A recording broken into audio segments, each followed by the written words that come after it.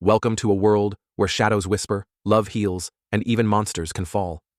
Tonight's story is for the ones who've ever been told they were too broken to be loved. This is a tale of a scarred healer and the alpha werewolf who saw her not as damaged, but as destiny. Lean closer.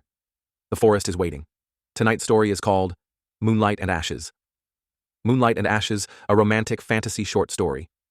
They say the alpha of the Black Ridge Pack doesn't bleed, that when he hunts, the trees go silent, that no woman can tame him, and none who try survive the night.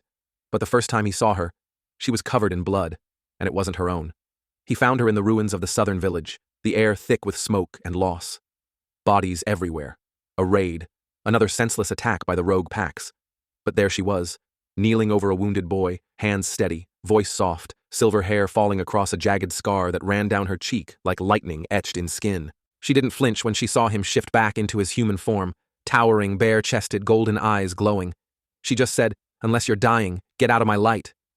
He didn't know whether to be furious or intrigued. Her name was Ashra, no pack, no allegiance, a healer with a haunted past and a scar that made others look away. But Lucien didn't look away.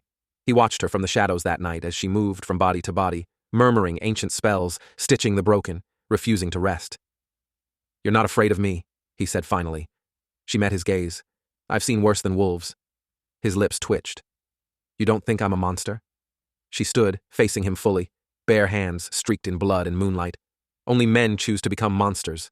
Wolves, just follow their pain. And for the first time in years, Lucien felt something stir in his chest. Hope.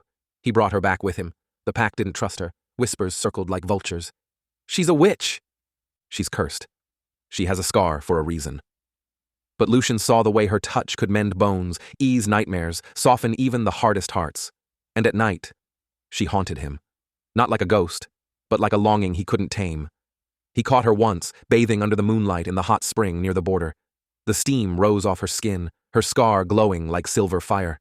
She didn't cover herself. "Does it frighten you?" she asked softly. Lucien stepped closer, voice low. "No, it calls to me." She tilted her head. "And what does it say?" He reached for her then, slowly, reverently. His fingers brushed her cheek. "That even the moon envies your beauty." The first time they kissed, it was after a battle. Lucien came back bloody, half-shifted, rage burning in his veins. She pulled him into the infirmary, trembling with fury. "You said you'd be careful," she snapped, pressing cloth to his wounds. "I don't care if I die." "Well, I do," she shouted, voice cracking. And then they were kissing, wild and desperate, like two broken things that had just found their match in the wreckage. His hands gripped her waist like she might vanish. Her lips trembled against his like she didn't believe it was real. And when he carried her to his bed, it wasn't conquest. It was surrender.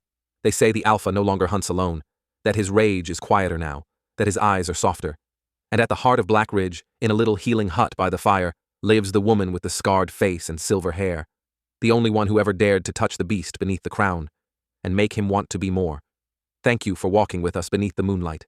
If this story touched something in you, if it stirred your heart or whispered to your soul, don't forget to subscribe. There are more tales waiting to be told. Drop a comment below. Tell me who you'd fall for, the healer or the wolf. Until next time, keep believing in magic, and never be ashamed of your scars. Like, comment, share, and subscribe.